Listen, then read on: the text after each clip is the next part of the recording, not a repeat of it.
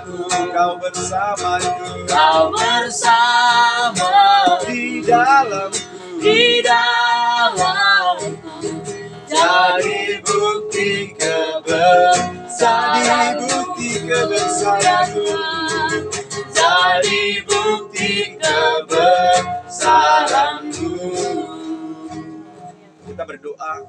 Bapa, kami bersyukur atas semua anugerah dan kebaikan-Mu yang Engkau kerjakan dan nyatakan bagi kami sekalian. Pada kesempatan ini Bapa, kami ada di bawah tenda ini, di bawah kemah ini Tuhan. Kami datang di hari yang Tuhan telah sediakan bagi kami, yaitu tepat hari Minggu. Kami boleh beribadah di tempat ini. Ibadah perdana kami di lokasi gereja ini Tuhan. Sekalipun kami beribadah dengan suasana tempat yang sederhana, tapi kami menyediakan tempat ini untuk hadirat Tuhan ada di dalamnya.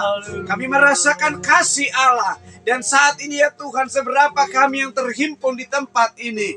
Inilah kami Tuhan. Kami rindu mengasihi Tuhan, mencintai Tuhan.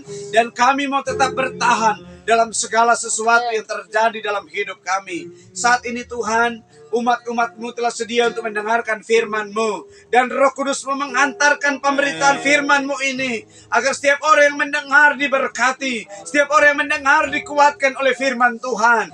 Dan pada saat ini ya Bapa, maupun secara bertatap muka, secara online. Dan biarlah berita firman ini boleh tersiar ke seluruh muka bumi untuk didengar oleh umat-umat Tuhan. Dan pada kesempatan ini, hamba-Mu yang terbatas ini, Tuhan pakai dengan dahsyat dengan Roh Kudus-Mu, menguasai hamba-Mu. Hamba-Mu dapat berkata-kata seturut kehendak Tuhan. Terpujilah Tuhan. Kami serahkan tempat ini ke dalam tangan Tuhan. Roh Allah tinggal di atasnya. Amen. Terpuji Tuhan, ini doa kami. Kami siap dengarkan firman-Mu dalam nama Tuhan Yesus Kristus. Sama-sama kita katakan amin. Puji Tuhan. Saya menyapa kita. Salam. Salam. Haleluya. Kita bersyukur kepada Tuhan. Bapak Ibu Saudara diberkati oleh Tuhan. Tidak mengurangi sukacita kita, sekalipun hanya mungkin kita berapa orang saja yang hadir di tempat ini. Ya, Saudara ingat pada kisah zaman dulu ketika terjadi air bah. Saudaraku yang dikasih oleh Tuhan, yang tersisa hanya 8 orang, yang tersisa hanya 8 jiwa, dan mereka itu adalah dikategorikan dalam Alkitab adalah orang-orang yang setia menjalankan segala sesuatu, setia dalam pencobaan, setia dalam ujian, masalah, persoalan. Dan saat ini saudara yang diberkati oleh Tuhan, kita yang ada di tempat ini di bawah tenda yang sederhana ini, saudara, tidak mengurangi sukacita kita untuk beribadah kepada Tuhan. Amin. Amin. Sekalipun mungkin suasananya, ada banyak orang bertanya-tanya saudara mungkin bahwa kenapa kita harus beribadah di tempat ini. Nah saudara, dimanapun kita berada, hati kita pun berada. Yang penting saudara, dimanapun kita beribadah, hati kita tetap mencintai Tuhan. Entah di bawah tenda, entah di bawah pohon, di pinggir jalan, dimanapun kita beribadah saudara, tetap kehidupan ini harus memuliakan Tuhan. Tempat ini saudara bukan menjadi sebuah ukuran untuk kita beribadah kepada Tuhan. Tetapi saudara, ini hanya sebatas naungan supaya mungkin kita tidak kena matahari seperti itu. Nah sehingga hari ini bersyukurlah saudara bahwa kita adalah orang-orang yang kuat di dalam Tuhan. Mari kita siapkan Alkitab kita. Kita akan mendengarkan firman Tuhan dalam 1 Korintus pasal 10 ayatnya yang ke-12. Kita mulai sampai ayatnya yang ke-13. 1 Korintus pasal 10 ayatnya yang ke-12 dan ayatnya yang ke-13.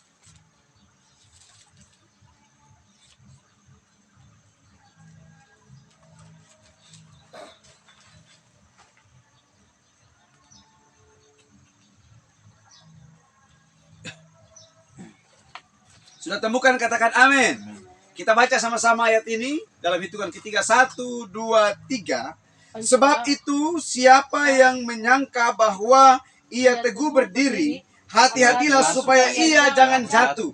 Pencobaan-pencobaan yang kamu alami ialah pencobaan-pencobaan biasa yang tidak melebihi kekuatan manusia, sebab Allah setia dan karena itu ia tidak akan membiarkan kamu dicobai melampaui kekuatanmu. Pada waktu kamu dicobai, ia akan memberikan kepadamu jalan keluar sehingga kamu dapat menanggungnya. Haleluya. Saudara yang diberkati oleh Tuhan Yesus Kristus, dalam kehidupan kita sebagai umat-umat yang percaya, tentunya kita ada banyak hal yang diperhadapkan bagi kita, cobaan, ujian, tantangan, proses. Namun di balik semua itu, Tuhan telah menyediakan solusi jalan keluar bagi kita. Oleh sebab itu kita jangan takut, kita jangan gelisah, kita jangan merasa bahwa Tuhan tidak ada dalam diri kita, Tuhan tidak ada memihak kita, atau Tuhan tidak menolong kita. Tetapi dalam kehidupan kita ada perasaan yang mengatakan bahwa Allah selalu ada dalam kehidupan kita. Amin. Jadi saudara, Alkitab berkata dalam ayat 12 ini, saya baca mulai dari ayat 11 dulu. Semua ini telah menimpa mereka sebagai contoh dan dituliskan untuk menjadi peringatan bagi kita yang hidup pada waktu di mana zaman akhir telah tiba. Kita ada di zaman akhir ini, saudara. Di zaman akhir, saudaraku, tidak ada lagi proses yang dikatakan yang namanya adalah bayi rohani. Tetapi saudara, prosesnya kita di zaman akhir adalah kita adalah orang-orang yang dituntun untuk menjadi orang-orang yang hidup dewasa di dalam kerohanian. Yang memang tegar, yang memang kuat di dalam Tuhan. Sehingga saudara, ayat 12 berkata, sebab itu siapa yang menyangka bahwa ia berdiri teguh, hati-hatilah supaya kamu jangan jatuh. Jadi saudaraku yang dikasih oleh Tuhan, di samping kita mengiring Tuhan, kita datang mencari hadirat Allah. Kita perlu juga harus berwaspada bahwa kita tidak mampu menyangka bahwa kita bisa hidup di luar dari Tuhan. Jadi kita harus menyadari bahwa kita hidup itu karena anugerah Tuhan, karena kasih Allah, karena kebaikan Tuhan. Jadi kita perlu berpikir bahwa firman Allah berkata, siapa yang menyangka dia bisa berdiri teguh? Oleh sebab itu waktu kita berdiri di hadapan hadirat Allah, kita perlu juga menjaga kehidupan kita supaya kita jangan merasa bahwa kita kuat dan lain sebagainya. Tetapi di balik itu kita merasa bahwa kita hidup dalam Tuhan, dan waktu kita berdiri di hadapan hadirat Allah dan Tuhan menopang dan memberkati kita, maka kita akan tetap tinggal di dalam penyertaan Allah. Dan sehingga ada banyak orang yang mudah jatuh karena mereka merasa kuat, merasa rohani, merasa pintar, merasa cerdas. Tidak berpikir bahwa satu ketika akan diperhadapkan dengan sebuah cobaan. Satu ketika akan diperhadapkan dengan ujian, proses, masalah. Itu harus ada untuk melatih diri kita apakah kita setia atau tidak. Melatih diri kita apakah kita taat atau tidak. Melatih keputusan kita, melatih komitmen kita. Apakah kita bisa mempertanggungjawabkan apa yang telah kita ucapkan atau tidak. Jadi saudara, bersyukurlah saudara, jika kita masih kuat berdiri, berarti Allah melindungi kita, Allah menolong kita. Ayat 13, pencobaan-pencobaan yang kamu alami ialah pencobaan biasa. Sebab Paulus pernah berkata bahwa kalian diperhadapkan dengan masalah persoalan, belum pernah sampai mencucurkan darah. Belum. Paulus berulang-ulang didera, dicaci maki, diolok, dipukuli. Bahkan Alkitab mencatat bahwa kurang satu pukulan 40 kali tiap hari. Jadi 39 kali tiap hari. Kurang dihitung. Satu kali pukul pak, dihitung 1, 2, 3. Alkitab mencatat tiap hari dia harus didera. Karena saudara, tetapi di balik semua deraan itu, cacian, makian, olokan, pukulan, dia tidak melangkah mundur. Dia tetap posisikan dirinya maju ke depan. Karena dia menyadari bahwa Korintus ini adalah tulisan Paulus, surat Paulus. Dia berkata pencobaan-pencobaan yang kamu alami itu biasa saja. Kalau cuma dihina biasa, cuma diolok biasa, cuma dicaci maki itu biasa, tapi belum pernah sampai mencucurkan darah. Apa sudah ada yang pernah mencucurkan darah? Saya sebagai pendeta pun belum pernah mencucurkan darah dalam menghadapi pencobaan-pencobaan. Tapi Paulus sebagai seorang hamba Allah, dia mengalami hal ini, saudaraku.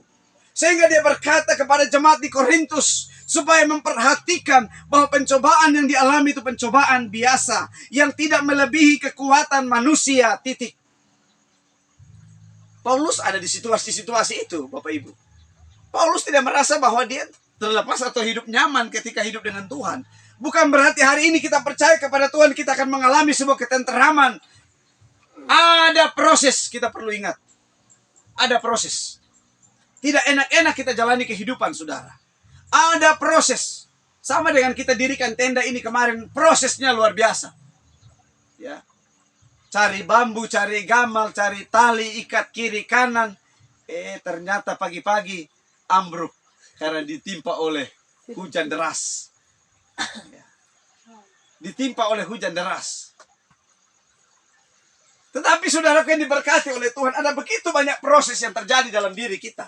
Masalah, persoalan silih berganti. Tapi apakah kita mau melangkah mundur? Saya perlu ingatkan kepada kita, berdirilah teguh di hadapan Allah. Amin. Persoalan apa? Masalah apapun, berdirilah teguh di hadapan Tuhan. Supaya betul-betul kita terlihat seperti pengikut Kristus, prajurit-prajurit Allah yang gagah perkasa. Kita adalah laskar Kristus.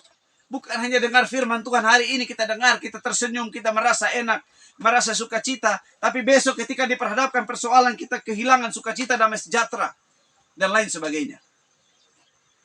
Jadi saudara, siapa yang menyangka dia akan jatuh? Atau ada yang pernah berpikir, oh nanti saya langkah 2 meter saya jatuh. Tidak bisa. Karena kejatuhan manusia itu saudara tidak ada yang duga, tidak ada yang tahu kapan dia jatuh. Namun sebelum kita jatuh, kita sudah datang kepada Tuhan Allah yang mengangkat dan menopang kita. Dia berjanji bahwa dia tidak akan membiarkan kita jatuh tergeletak. Amin. Tidak akan membiarkan kita jatuh tergeletak. Tangannya yang berkuasa itu akan mengangkat kita. Itu janji Allah bagi umat yang percaya kepada Tuhan. Berikut dari ayat ini, sebab Allah setia, karena itu Ia tidak akan membiarkan kamu dicobai melampaui kekuatanmu. Pada waktu kamu dicobai, Ia akan memberikan kepadamu jalan keluar, sehingga kamu dapat menanggungnya. Ada banyak orang lupa dengan hal ini. Waktu dalam pencobaan, ingat ada solusi. Dan solusi itu membuat kita hidup bersama-sama. Solusi itu memerdekakan kita. Solusi itu menghidupkan kita. Dan solusi itu selalu memberikan kepastian-kepastian bagi kita. Ini yang orang lupa. Masalah apapun, sebesar apapun, sekecil apapun, jangan kita pernah lupa kalau ternyata di balik persoalan itu ada solusinya. Ada jalan keluarnya. Sehingga Tuhan suruh kita bertahan saja. Amin. Bertahan saja. Saya khotbah tadi saudara di gereja sana, Tuhan Yesus dicobai di padang gurun. Iblis bawa dia dan Roh Kudus bawa dia, setelah itu iblis mencobai dia 3 kali. Nah itu saudara, ketika kita membuat sebuah tema bahwa bertahan dalam pencobaan. Yesus Kristus, dia bertahan dalam pencobaan itu dalam status kemanusiaannya, bukan kealahannya. Dan Alkitab mencatat dalam ayat yang kedua, saudara, berkata bahwa dia puasa 40 hari, setelah itu dia merasa lapar. Dia merasa lapar. Injil Matius pasal 4. Yesus rasa lapar. Secara manusia, orang seringkali merasa lapar. Dan setelah itu iblis datang mencobai dia selama 3 kali. Tapi dia tidak terpengaruh dengan hal itu. Entah orang menghina dia, caci maki dia, dia tidak peduli. Ini yang kadangkala tidak dimiliki oleh umat-umat Allah di akhir zaman ini. Jadi kita perlu menahan diri, saudara. Berpikir secara positif untuk menghadapi persoalan-persoalan yang ada. Jangan kita mengambil keputusan yang singkat, yang ujung-ujungnya hanya membuat segala sesuatu itu tidak baik, tidak aman, tidak tenteram. Jadi kita yang ada di tempat ini, mari ingat baik firman Tuhan ini. Sungguh-sungguh kita percaya bahwa Tuhan akan menolong kita. Mungkin hari ini cuma berapa orang ibadah, kita tidak tahu tahun-tahun yang akan mendatang. Ada banyak orang akan datang di tempat ini. Karena inilah tempat di mana kita akan membangun mezbah di hadapan Tuhan. Ketika kita membangun mezbah dengan tantangan dari awal, proses dari awal, akhirnya itu akan ada kebahagiaan yang kekal. Amin. Amin. Harus begini dulu, saudara. Orang kuat itu harus diperhadapkan dengan masalah persoalan dulu. Kalau tidak, bagaimana bisa bertahan? Kalau cuma hanya suka susu terus, ketika dikasih uji coba makanan keras, dia usus buntu meninggal dunia. Dia mati. Jadi kita butuh proses dalam hidup ini, butuh proses. Kita makan saja butuh proses, harus tapis beras, cuci beras, masak nasi. Habis itu kita makan. Kalau terlalu panas, kita punya lidah juga akan sedikit gelisah. Butuh proses. Kalau kita tidak melewati, saudara, cuma hanya kunyah beras, lama-lama kita bisa usus buntu. Atau mungkin cuma hanya makan jagung tok tanpa direbus atau dan lain sebagainya. Tapi semua harus butuh proses. Membangun pelayanan pun harus butuh proses. Dan proses konsekuensinya harus bisa menjalaninya. Amin. Amin. Jadi jangan cepat-cepat untuk tergoda dengan dunia. Ingat, dunia ini sementara menawarkan produknya. Dan jangan sampai kita tergiur dengan produk-produk dunia yang menyesatkan.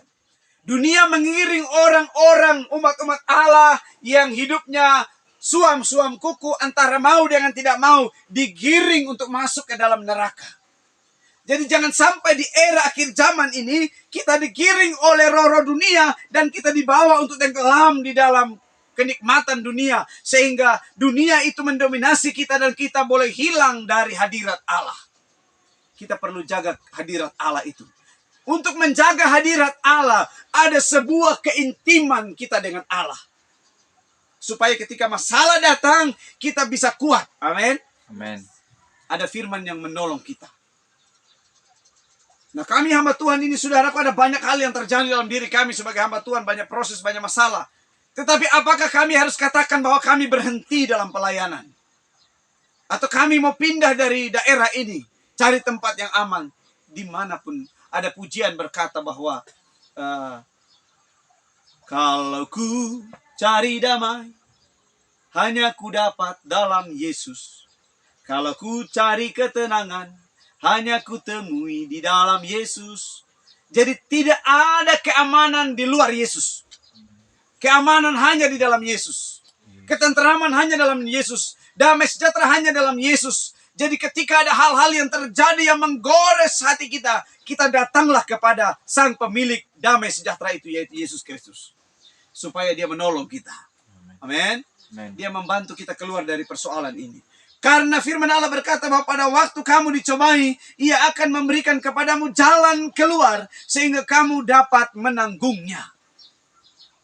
Tuhan kasih tantangan, Tuhan kasih juga solusinya. Amin. Tuhan tidak hanya kasih pencobaan lalu dia lepas tangan, tidak. Tapi dia telah menyediakan solusi itu, entah kapan solusi itu. Maju terus sampai kita temukan solusi itu. Amin. Jangan melangkah dan mengambil tindakan-tindakan yang lain. Tapi melangkahlah, maju terus. Ayat 14 berkata, karena itu saudara-saudaraku yang kekasih, jauhilah penyembahan berhala.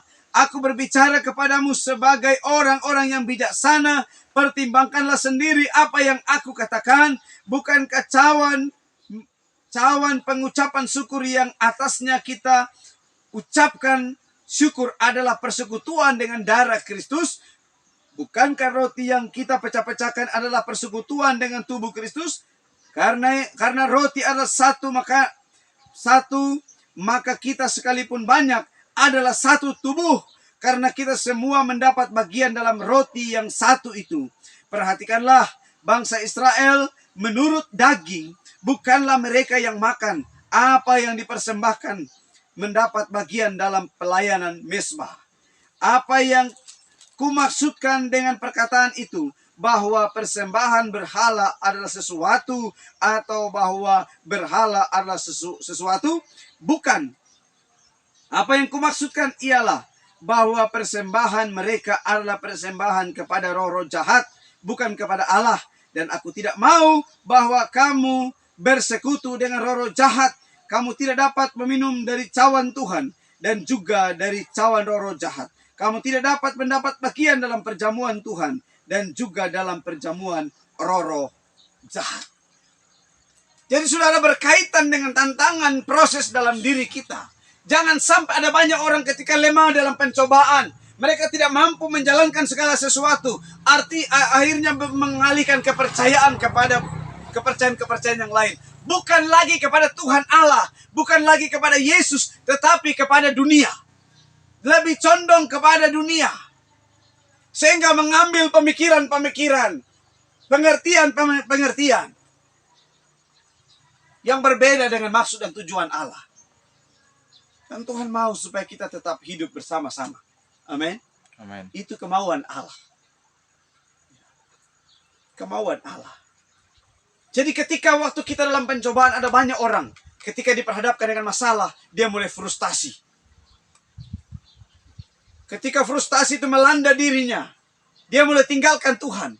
Ketika dia sudah tinggalkan Tuhan, dia mulai mencemplungkan diri dalam penyembahan berhala. Mulai hidup lagi di dalam dosa. Dan sampai akhirnya binasa oleh karena dosa itu. Jadi kita perlu hati-hati hari-hari ini Bapak Ibu Saudara.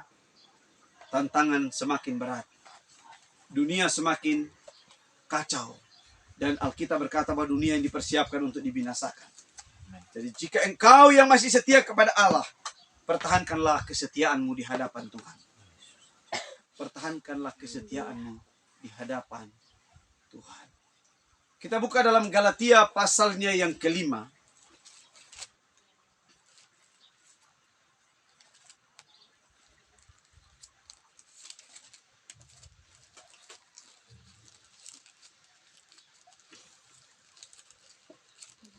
Ayatnya yang ke-13 berkata demikian. Saudara-saudara, memang kamu telah dipanggil untuk apa? Merdeka. Tetapi janganlah kamu mempergunakan kemerdekaan itu sebagai kesempatan untuk hidup dalam dosa, melainkan layanilah seorang akan yang lain oleh kasih. Kita sudah dimerdekakan oleh Tuhan dari beberapa segi hidup kita. Dimerdekakan dari perkataan kotor, dimerdekakan dari pendengaran yang tidak baik, dimerdekakan dari penglihatan yang tidak baik, dimerdekakan dari cara hidup yang tidak berkenan kepada Allah, dimerdekakan dari sifat-sifat duniawi yang tidak hidup di hadapan Allah. Kita dimerdekakan dari berbagai macam dosa yang mengikat kita. Dan waktu kemerdekaan itu sudah ada di genggaman kita. Saudara, kita perlu tahu bahwa firman Allah mengatakan jangan kita pakai untuk menjadi sebuah kesempatan untuk mengambil bagian di dalam dosa. Tapi kita perlu percaya kepada Allah berdasarkan firman Allah ini. Berkata dalam ayatnya yang ke-15, tetapi jikalau kamu saling menggigit dan saling menelan, awaslah supaya kamu jangan saling membinasakan, tapi saling mempertahankan iman dan kepercayaan di hadapan Allah. Karena kita telah dipanggil untuk merdeka. Kita telah dipanggil untuk hidup dalam kemenangan. Jadi ketika perubahan diri itu terjadi, kita perlu percaya bahwa Tuhan Yesus telah menolong saya dan saudara. Roma pasal 12.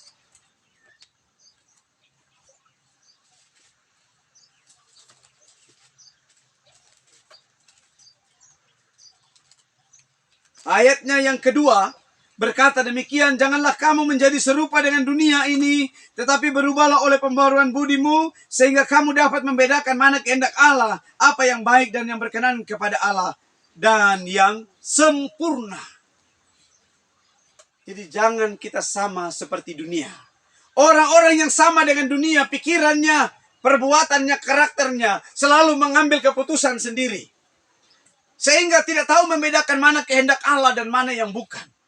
Selalu kehendak Allah itu adalah membawa kita untuk hidup bersama-sama di hadirat Allah. Itu kehendak Allah. Karena Allah tidak pernah menginginkan untuk kita terpisah-pisah satu dengan yang lain.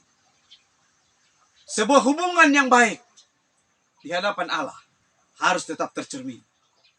Amin. Harus tetap dibangun. Jadi ketika dalam pencobaan, ingat, pencobaan-pencobaan yang kita alami itu tidak melebihi kekuatan kita. Ada orang merasa tidak sanggup, tidak mampu karena berpikir bahwa tidak ada solusi. Mungkin berpikir ada solusi, tapi itu bukan solusi dari Tuhan. Kadang-kala iblis memberikan solusi juga. Setan juga berikan solusi untuk membuat kita tidak saling menghormati satu dengan yang lain. Jadi solusi yang terbaik tetap tinggal di hadirat Tuhan. Amin. Amin. Tetap tinggal di hadirat Tuhan. Itu solusi yang terbaik. Karena Alkitab bilang, saudara, dalam Galatia tadi, jika kalian saling menggigit, saling mengusik, jangan sampai saling membinasakan. Artinya proses apapun di dalam, jangan sampai ada akar pahit atau kita saling membinasakan. Tetapi mari kita saling hidup di dalam kasih Allah. Karena kasih Allah akan menolong saya dan saudara, membawa kita untuk merdeka. Jadi mari kita semua yang ada pada saat ini, Bawalah hidup kita kepada Tuhan. Sungguh-sungguh setia kepada Tuhan. Apapun masalah kita, persoalan kita, percayalah Tuhan yang akan memberikan solusi bagi kita. Tetap datang kepada Tuhan. Masalah berat, kecil, tetap datang sama Tuhan. Berlutut di hadapan Allah, minta ampun kepada Tuhan, dan agar Tuhan menolong kita terlepas dari semua masalah yang ada. Mari kita tunduk kepala, kita akan satu dalam doa, kita berdoa. Terima kasih banyak Bapa. Ini doa kami. Kami datang kepadamu, bersyukur kepada Allah. Boleh mendengarkan firman Allah yang datang mengajar kami, menuntun kami untuk kami bersandar percaya kepada Tuhan. Kami bergantung kepada Allah, dan biarlah Tuhan menolong kami dalam masalah persoalan apapun yang diperhadapkan bagi kami. Kami sadari bahwa pencobaan-pencobaan itu tidak melebihi kekuatan kami. Dan jika Engkau memberikan pencobaan, Engkau telah menyediakan jalan keluar bagi kami. Dan kami akan mengikuti apa yang menjadi perintah Tuhan dalam diri kami. Hamba-Mu juga telah selesai berkata-kata. Biarlah hamba-Mu kembali yang pengurapan daripada Tuhan. Dan firman-Mu ini dapat menjadi berkat bagi semua umat-umat Tuhan yang mendengar dalam ruangan ini maupun di luar dari ruangan ini. Mereka semua diberkati oleh Tuhan. Dan Roh Kudus menghantarkan firman Tuhan ini bagi umat-umat Allah dimanapun mereka berada. Terpujilah Tuhan. Ini doa kami. Dalam nama Yesus kami berdoa dan mengucap syukur. Haleluya, haleluya. Amin. Saya kembalikan pelayanan ini kepada Ibu Cia. Tuhan, kita telah mendengarkan firman Tuhan. Pada saatnya kita akan memberikan korban syukur kita.